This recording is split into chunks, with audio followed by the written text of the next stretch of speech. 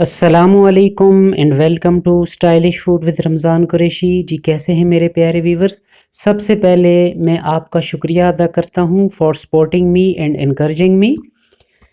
आज मैं आपने प्यारे व्यूवर्स के लिए एक ज़बरदस्त सी क्लासिक सी यूनिक सी चिकन चपली कबाब की रेसिपी लेके आया हूं मेरे स्टाइल में, जो बनने में बहुत ही आसान है और खाने में तो अल्हम्दुलिल्लाह यकीनन टेस्टी होने वाली है। आपसे रिक्वेस्ट है प्लीज़ इसी तरह मेरी हौसला अफजाई करते रहिएगा। मेरे चैनल को जो मेरे व्यूवर्स नए हैं ज़रूर सब्सक्राइब कर लीजिए। बिस्मिल्लाहिर्रहमानिर्रहीम के साथ शुरू करते हैं। मैंने 1 किलो चिकन का कीमा लिया है।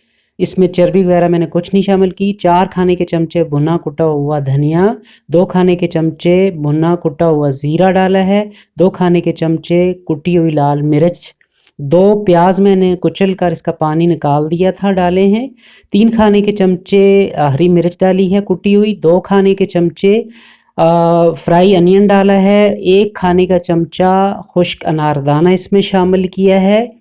उसके बाद अदरक लहसुन 2 खाने के चमचे इसमें शामिल किए हैं कुटा हुआ। नमक हस्बे जायका डालेंगे इसमें हम। उसके बाद 1 चाय का चमचा हल्दी पाउडर शामिल कर लेंगे और आधी गट्ठी हरा धनिया बारीक कटा हुआ शामिल करेंगे। आधा कप मकई का आटा मैंने शामिल किया है, आप गेहूं का आटा भी शामिल कर सकते हैं। 1 चाय का चमचा कसूरी मेथी शामिल की है। 2 अंडे इसमें डलेंगे। तो आप अपने हिसाब से स्पाइसेस वगैरह उसका रेशो रख सकते हैं। अब अच्छी तरह से हम इनको मिक्स कर लेंगे और थोड़ी देर के लिए रख देंगे।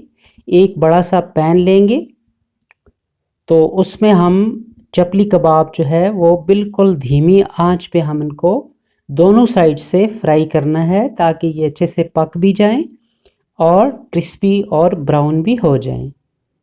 तो इस तरह से हमने इनको कुक करना है। यकीन कीजिए बिल्कुल घर के आम मसालों से बनने वाले हैं ये कबाब, तो आपको बहुत मज़ा आएगा। आप ज़रूर ट्राई कीजिएगा मेरी इस काविश को भी। तो ये देखें हमारे बहुत ही ज़बरदस्त से कितना प्यारे कलर आए हैं इस पर।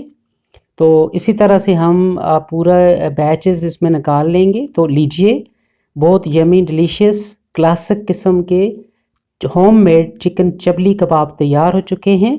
मुझे उम्मीद है कि आप इसी तरह मेरी हौसला अफजाई मेरी सपोर्ट करते रहेंगे।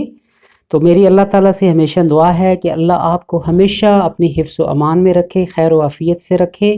मुझे भी अपनी दुआओं में ज़रूर याद रखिएगा क्योंकि अल्लाह ताला गफूरुर रहीम है, वो सुनने वाला है, समीउद दुआ है।